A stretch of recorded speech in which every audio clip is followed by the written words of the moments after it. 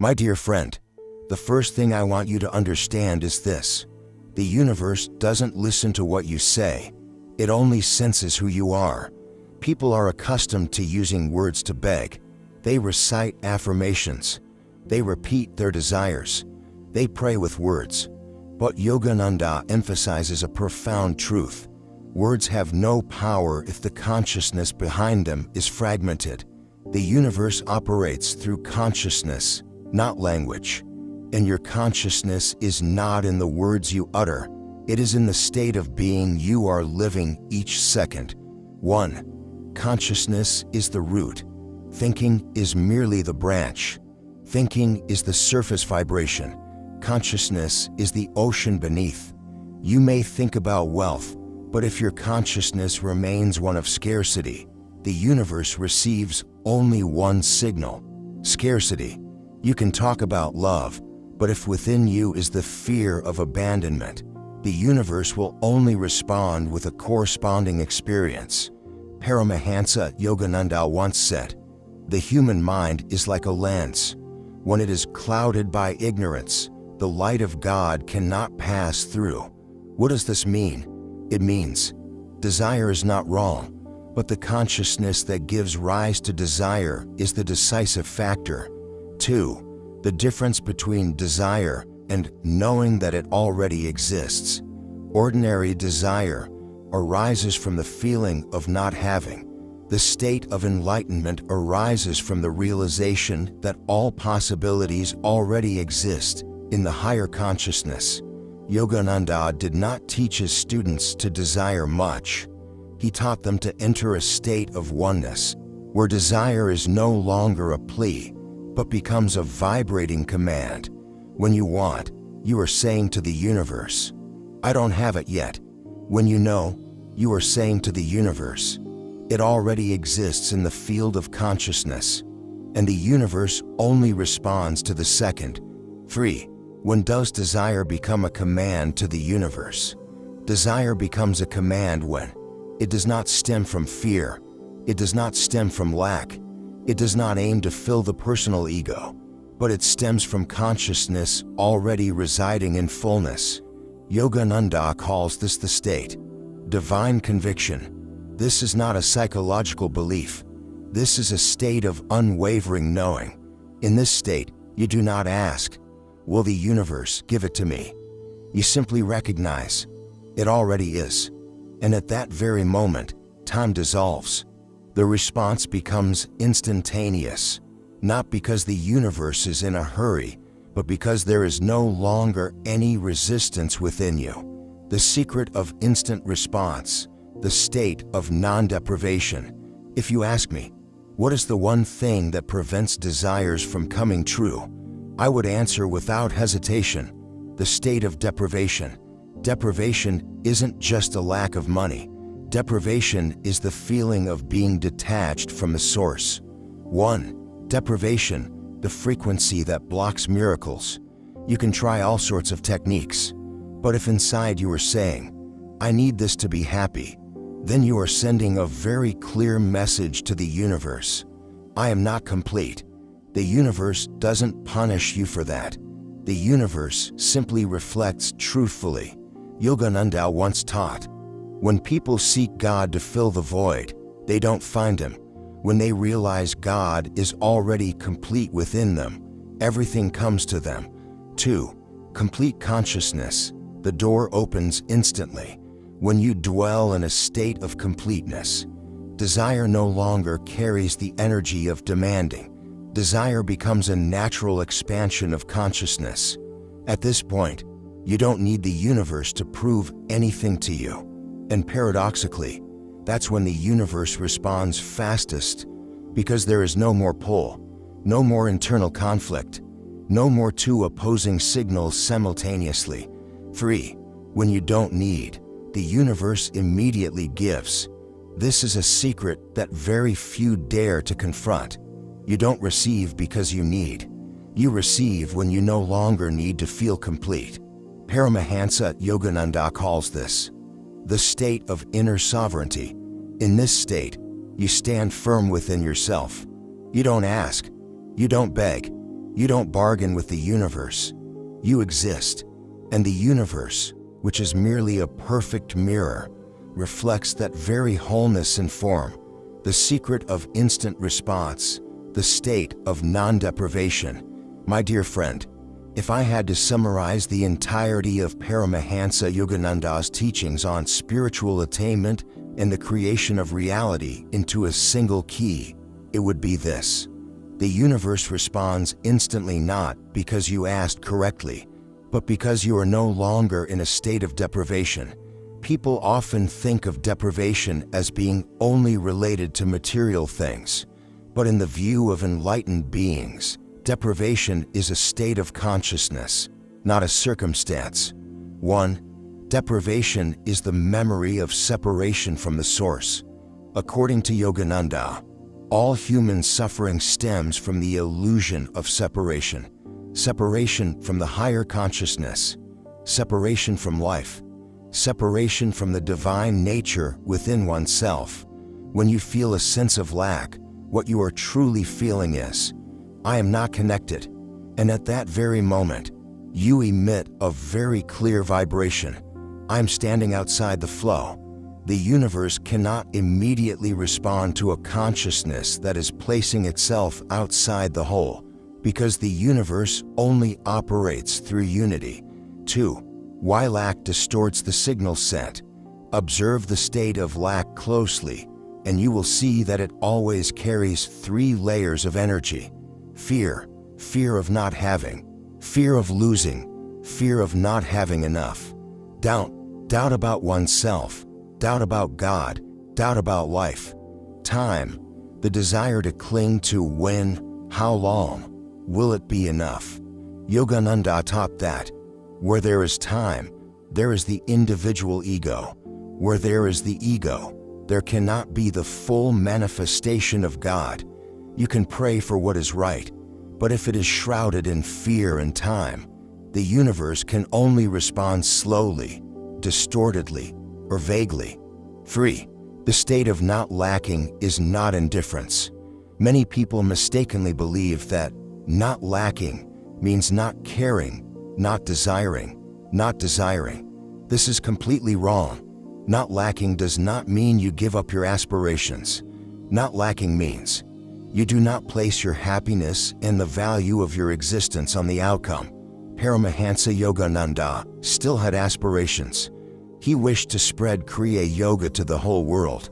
He wished for people to awaken, but that desire did not stem from the fear of failure, but from the fullness of consciousness united with God. 4.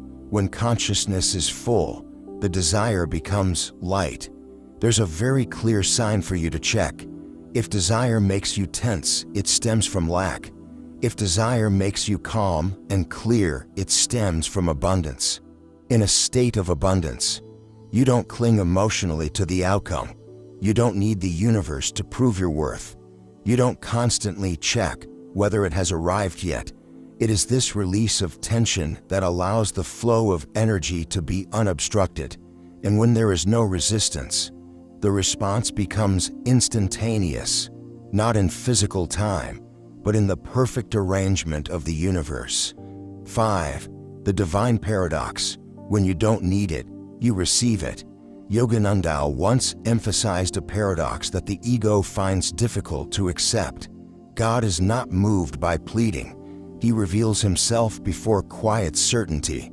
When you don't need to feel whole, you're no longer sending a pleading signal, but rather making a declaration of existence. And the universe always responds to declarations, not to pleas. The law of unity. When you are no longer a demanding individual. My dear friend, this is a part that many people hear about, but very few are truly willing to live with it. Because to understand the law of unity, you must be willing to let go of the illusion of being a separate individual. 1. An individual cannot command the universe. The individual ego always stands in the position, I am here, the universe is there.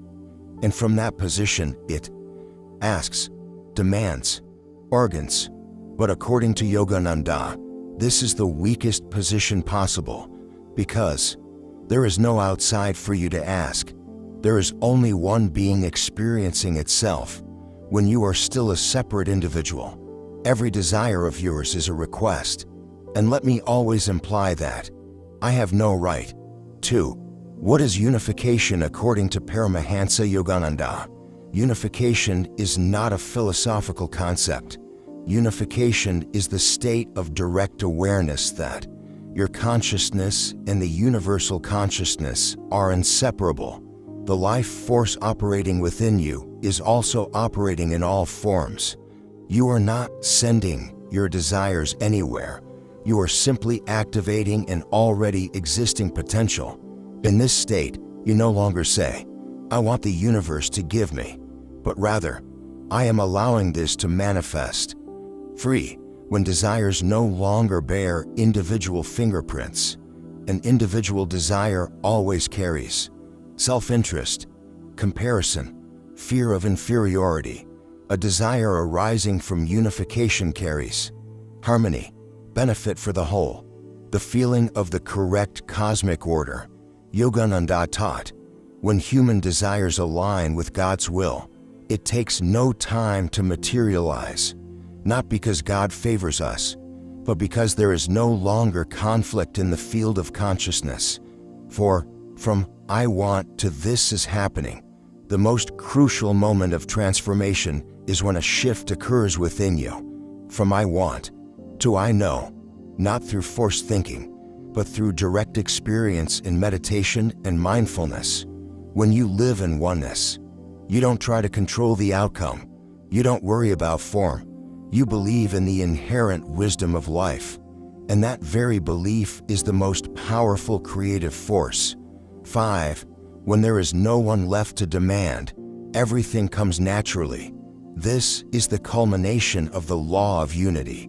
When you are no longer someone searching, you become the space in which everything can appear. You don't demand from the universe. You allow the universe to operate through you. And then, the response is no longer a matter of coming or not coming, but is manifesting in the most perfect way for the evolution of consciousness. Pure desire and selfish desire, the universe responds differently. My dear friend, not all desires have the same weight in the universe. Not because the universe judges right and wrong, but because each desire carries a different level of consciousness. And the universe only responds to the level of consciousness, not to the words themselves. Paramahansa Yogananda clearly stated, it is not what you want that determines the outcome, but where you are wanting it from. 1. Selfish desire, the voice of the ego. Selfish desire does not mean bad. It is simply a desire born from a feeling of detachment. Clearly visible signs of selfish desire. Wanting to be better than others, wanting to prove one's own worth, wanting to fill the void of fear, hurt, and guilt, wanting out of fear of lack, fear of loss, fear of failure. At its deepest level, selfish desire always carries a hidden message. I am not enough. And the universe, with its absolute honesty, will respond to experiences that reinforce that feeling. You may still achieve what you want, but the joy is fleeting, the fear of loss is prolonged, or you will pay the price with stress, conflict, and inner exhaustion, not because the universe is punishing you, but because you are creating from a fragmented vibrational layer. 2. Pure desire, the call of the soul. Pure desire doesn't necessarily have to be lofty or spiritual on the surface. You can still desire material abundance, desire health, desire stability, desire to live true to yourself. The difference lies in the source. Pure desire arises from a state of no comparison, no fear of lack, no ego-centeredness. It carries a very distinctive feeling. This aligns with the flow of life. Paramahansa Yogananda calls this desire aligned with Dharma, desire in harmony with the cosmic order. 3. How does the universe respond to these two types of desire? With selfish desire, The universe responds slowly, or skewedly, or with a painful lesson, because there is still conflict in the field of consciousness. With pure desire, the universe responds gently, right on time, with little resistance, and often beyond initial expectations, not because that desire is noble, but because there is no longer any internal pull. 4. How to purify desire before sending it into the universe.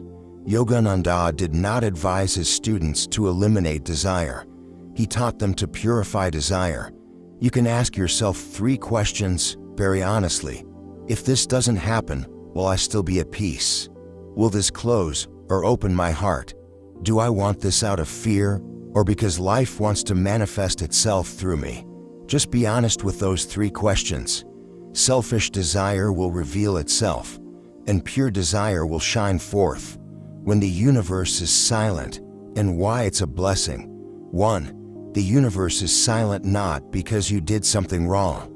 The first thing I want you to remember deeply: the silence of the universe is not a punishment. The universe does not punish. The universe does not test you to measure your worth. The universe does not act like a capricious God. According to Yogananda, when the universe is silent, there are usually only 3 possibilities. Your consciousness is being restructured. Your desires need deeper refinement. Your inner moment has not yet aligned with the cosmic moment. None of these are failures. 2. When the universe is silent, the ego begins to emerge. Silence is the most honest mirror. When there are no results, you will see clearly. Do you still have faith? Are you still at peace? Are you still living in unity or back in control? Paramahansa Yogananda once said, God's silence is not to distance himself from humanity, but to allow humanity to hear more clearly the voice of its own ego.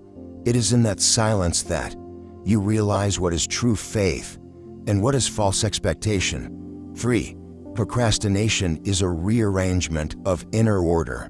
The universe does not operate according to the ego's schedule. The universe operates according to the order of total harmony.